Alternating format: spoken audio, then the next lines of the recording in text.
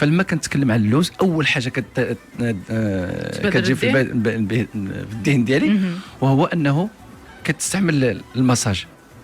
ما كاينش شي مؤسسه ديال المساج اللي ما كتستعملش الزيت ديال اللوز. نعم. وهنا كيتبين بانه هذاك اللوز الا كليتيه هذوك الزيوت اللي كاينه فيه راه غتدخل كذلك المصران، كدير مساج داخلي، ولما كتدخل المصران كتعطي واحد المجموعه ديال الامور اللي هي عجيبه جدا. فاللوز الا كلاه الانسان كيتغذى داخليا وبداك الاكل ديالو كيعطي الامكانيه ديال ان البشره من الداخل كتولي رطبه. نعم. وكل ما ولات رطبه من الفوق ديالها كتولي غليسونط، يعني كما سهله كتولي كتزلق الملمس، كتولي رطبه ملسه هذه هي الكلمه اللي خصها تكون. اذا شوف انت كتاكل اللوز من الداخل والنتيجه هو ان لابو ديالك كتولي ناعمه. نعم. وكتولي رطبه وكتولي مميعه وكتولي ملسه. نعم. وهذا الشيء اللي خاصه هذه من المزايا اللي كيقلبوا عليها النساء. فالاكل ديال اللوز عجيب وعجيب جدا، وكيعطي كذلك واحد النعومه للبشره وما كيخليهاش تكون جافه. نعم. وكل ما كانت البشره جافه كل ما كتولي سهله الشقوق، وكل ما كتكون معرضه الى مجموعه ديال انواع الميكروبات باش تستقر ذوك الشقوق اللي كاين فيها. فلما كناكل اللوز كنحمي البشره ديالي انها تبقى دائما لينه ومتماسكه وما كتعطيش الفرصه لذاك الميكروب رطوبه وما كتخليش المناسبه لذاك الميكروب يجي يستقر في البشره ديالي وخلق لي مشاكل اللي انا في غنى عنها، من هذاك الحكه، من هذاك الظهور ديال القشره، منها واحد المجموعه ديال الامور. فالاكل ديال اللوز عجيب وعجيب جدا في هذا الامر هذا. بل اكثر من ذلك ناكلوا من الداخل ونشد الزيت ديالو وندهن من برا. وإلا شديت هادو بجوج كتعرف راسك بان البشره ديالك يستحيل انها ما تاخذش ديك القوه والنشاط والحيويه اللي كانت كتقلب عليه. وممكن انني ناخذه بطريقه طبيعيه وعاديه جدا. واضح. اذا ترطيب البشره هو يعني ربما فائده جماليه لا بالنسبه للسيدات ولا بالنسبه للساده حتى هما. بالنسبه للوز ومازال غنشوفوا معك الفوائد جماليه كبيره، يعني انها فعلا ملي كناخذوا الزيت ديال اللوز سواء على البشره على الشعر ديالنا في لي ماساج، هذا الشيء كيعطي واحد الفاعليه زوينه، واحد الاريحيه زوينه، واحد الريحه جميله بزاف. عجيب. شفنا كذلك في التغذيه كيدخل كذلك في الخصوبه. انا ما نكذبش عليك، ما عقلتش واش خصوبه المراه ولا الرجل، شكون اللي خاصو ياكل اللوز اكثر، المراه ولا الراجل؟ المراه. نعم. كل واحد نعطيك فلاش. نعم. اجي نتكلموا على الفوائد الاخرى. بالنسبه ما نساوش السؤال اللي سولتك دكتور ديال الزيت، واش كيرطب الجسم او لا غير فقط كيمنع يعني فاش كنرطبوا كيمنع داك الترطيب ما يخرجش. هو باش نعم تفضل دكتور. نعم تفضل. اذا قلت لك في الوقيته اللي كتكون الانسان كياخذ الزيت في الوقيته اللي كيبغي يصبغ الانسان شي حاجه اخر حاجه كيديرها فوق ديك الصباغه الزيت. لماذا؟ باش ما كيخليش البكتيريا ولي شامبينيون يلصقوا في ذاك الباب ولا في ذاك الحيط او لا في اي مكان اللي كتصبغوا اوتوماتيكمون كدير موراه الزيت. ولما كدير الزيت كتهنى منه ديفينيتيفمون. فالزيت كذلك لما كديرها فوق الجلده ديال الانسان كتلعب دور ديال انها كدير بحال واحد الحاجز ما بين دخول الميكروبات. نعم. او لا الفطريات الى الجسم ديال الانسان وتخربه. ومع هذا ما كيعنيش بان الجلد ديالنا ما فيهش ميكروبات، الجلد ديالنا غني بالميكروبات. غير هو كتخاف من الميكروبات الغير مرغوب فيها. نعم. تجي وتحط حتى هي المكان ديالها في الجلد ديالنا وتخلق ارتباكات وطفائح جلديه اللي ممكن الانسان يكون في غنى عنها. نعم. فسميتو فيها مغذي، هي مغذيه ولو انها كتكون خارجيه، مغذيه وكذلك واقيه من المشاكل اللي كتجي من الخارج. ممتاز. هذا بالنسبه للسؤال اللي طرحتي علينا اللاهوده.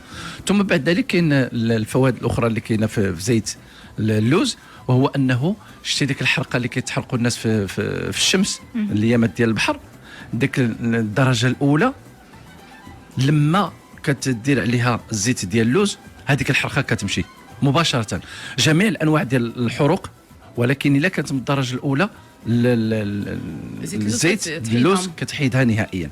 ثم بعد ذلك احنا جايين دابا على الوقيته ديال البروده والوقيته اللي ممكن الانسان يبقى يتصاب بالسعال. انا دابا عاد حيت واحد الكحباويه تقول لي لاله جميله واش فيك السعال، وهي تعطيني سميتو تعطيني الاشاره الى انه فعلا الا خديتي الطحين دقيق ديال اللوز وزدتي معاه العسل او زدتي معاه السكر والماء، ممكن تصاوب منه ان سيرو اللي غيداوي لك السعال ويداوي لك المشاكل الصدريه.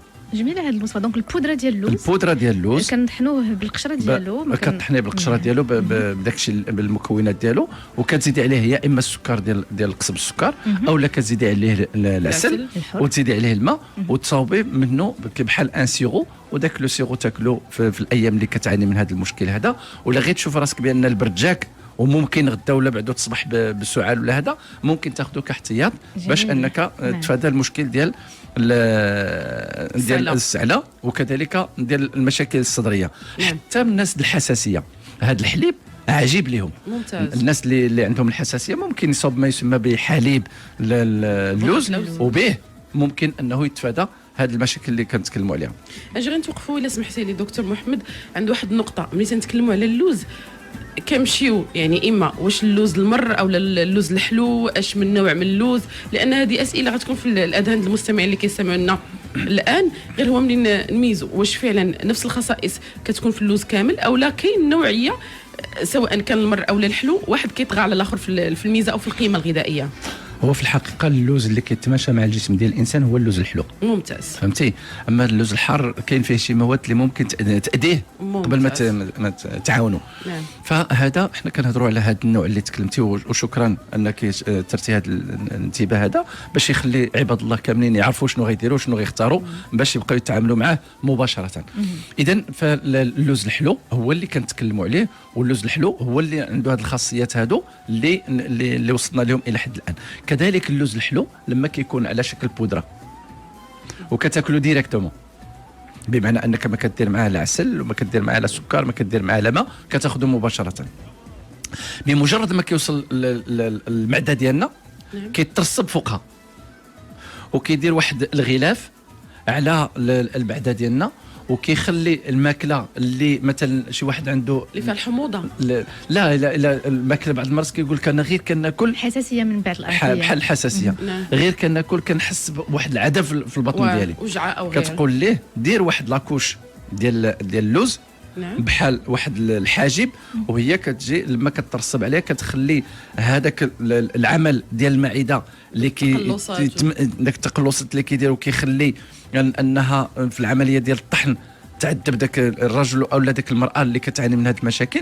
ممكن انه الا خديت البودره ديال اللوز تلعب دور ديال انها الفاصل ما بينها وبين داك المواد الغذائيه اللي تقريبا قبل الاكل شحال ما بين 10 و17 دقيقه. ما بين 10 و17 دقيقه كتكون ترسبات وتحطات لاكوش. دابا جيب الماكله اللي كاينه موراها ما فيهاش مشكل. كتعمل عمليه تصفيه وكتساعد كذلك، كتساعد باش ما تخليش داك لو كونتاكت. مثلا بحال دابا كاين الناس اللي المطيشه كضرهم في الوقت الماكله ديال المطيشه كضروا، واحد اللي كضرو خيزو، واحد كيدير شي نوع من الاكل. ممكن انك الا خديتي لا بودر ديال اللوز كتصاوب ديك لاكوش اللي كتمنع هذاك الالم اللي كيجي مع مورا ديك الماكله اللي كياكل الانسان وكتعطيه هذا الالم. ثم كاين كذلك ما بين الامور اللي كتلعبها اللوز وهو انه كيسرح المسالك البوليه. جميل. في الوقت اللي كناكل اللوز هذا يا اما تاكلوا على شكل سيرو او لا تاكلوا على شكل بودره، فالاثنين كيلعبوا دور ديال انهم كيسرحوا المسالك البوليه، بل اكثر من ذلك كتساهم في ازاله الحجر من الكلى. بحال دابا الناس اللي عندهم الحجر في الكلاوي تيقول لك ودي راه ما بغاوش يخرجوا. كان ما بين الامور اللي كنعطيوها لهم هو انهم ياكل لا بودغ ولا لو سيرو ديال اللوز مع ذاك العصير ديال المعدنوس، فهو كيعطي نتائج عجيبه جدا في المساله ديال تفتيت واخراج الحصى من المسالك البوليه. وكذلك اللوز كيحتوي على ماده الفوسفور، وبمجرد ما كتسمع ماده الفوسفور كتمشي للدماغ نيشان. وكيحتوي كذلك على الاحماض الدهنيه لي زاسيد غرا، وهذوك الاحماض الدهنيه الغير المشبعه داك اللي فيهم لي دوبلي او نيفو ديال لاشين ديالهم، هادو لما كيدخل الفوسفور وهاد الاحماض الغير مشبعه فين كتمشي؟ اوتوماتيكمون كتمشي لنا للدماغ ديالنا، ولما كتمشي للدماغ كتجدد البناء ديال الدماغ ديالنا، الخلايا ديال الدماغ ديالنا، وكتجدد كذلك هذاك الميلين اللي كاينه في الخلايا ديال الدماغ ديالنا، ولا تجدت لي الخليه وكذلك حتى الهندسه ديالها، بطبيعه الحال ممكن انني نعطل المشاكل ديال الشيخوخه، وممكن انني نعطل المشكل ديال الزهايمر وذاك المرض ديال النسيان واللي كيسمى الزهايمر، ولا ذاك الرعاش اللي هو الباركنسون، وكذلك حتى ذاك لا سكليروزون بلاك او ما يسمى بالتصلب اللويحي. فتصور انا كناكل وجبه غذائيه عجيبه جدا موجوده في السوق باثمنه مناسبه، ومع ذلك لما كتدخل الذات ديالي كتولي الغذاء وعلاج. فلنجعل من غذائنا علاج. هذه هي الغايه يعني. كناكلوا او ميم طون كنشوف بانه ممكن تصلح لي واحد المجموعه ديال الامور في الذات ديالي. ربما هي التربيه الغذائيه اللي حنا غاديين بها. هذا هو الطريقه ديال انه دابا الان خصني نبقى نوجد راسي على كيفاش نتعامل مع ديك الاغذيه. وكل ما شوف دابا حنا البودره ديال اللوز، وفاش كتهضر على البودره ديال اللوز فرق كبير مع اللوزه الا كليتيها مباشره، وكتخلي ممكن دير لك ديزيريتاسيون في الكرج ديالك. كل ما مضغتيها مزيان كل ما مفيده، كل ما طحنتيها كل ما احسن، كانت افيد. سميتو هذيك الماكله الزربه راه الا ما كانت كتخلق مشاكل ما كتخلق سميتو علاج. نذكروا الناس حتى بالعدد ديال المضغ، طريقه المضغ، لان كثير من الناس كنت قلتها لك شحال هذه دكتور احسين، كثير من الناس ربما كان مضغو سريع او لا كنديروا 3 المضغات او لا 4 وصافي وكنحيدوا. هذا هو السبب ديال الظهور كيدخل في المصران وكيولي كيكون السبب ديال الظهور اولا هذاك الثقوب اللي كتكون عندنا في المعده ديالنا، وكيكون العسر ديال الهضم ديال هذاك المواد اللي كاين عندنا، وعوض ما المعده تخدم غير 1 ساعه وترتاح كتولي تخدم 3 و4 سوايع وكتعذبها، وكتخلي هرمونات اخرى تدخل، وكتخلي مشاكل اخرى تدخل، وكندخلوا الجسم ديالنا في ان ستريس اللي غتجي موراه ويلات كبيره جدا. اذا شحال الوقت خاصنا نمضغوا؟ اجي نذكروا شحال من مضغه كان اقل ما يمكن نمضغوه هو 37 مضغه، اقل ما يمكن يتمضغ هو 37. يعني الضغمه كل ضغمه نعم خصها 37 مضغه، خاصك تقاتلوها في فمك. احنا ما كاينينش حتى في المتوسط يعني زين سبحان الله.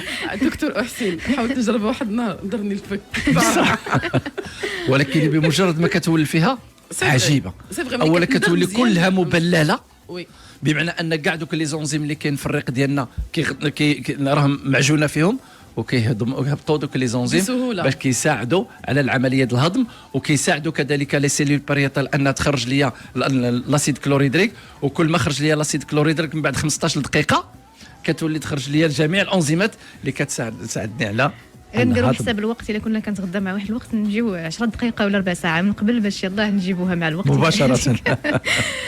شكرا دكتور على كل المعلومات. موضوعنا دكتور مرحبا. كان واحد السؤال اللي ثار اهتمامي بزاف في اللايف. تكلمنا على اللوز من قبل وسولتنا واحد السيده اللوز واش فاش كيتقلى كتبقى عنده نفس المنافع الا كليناه يعني في خضر؟ هو اللوز الا تكال خضر غيكون احسن. نعم. وإلا تقلى ديك القليه كتنقص شويه كتنقص شي شويه من المنافع ديالو، ولكن ماشي لدرجه انه يمشيو منه كاع المنافع نهائيا. نعم.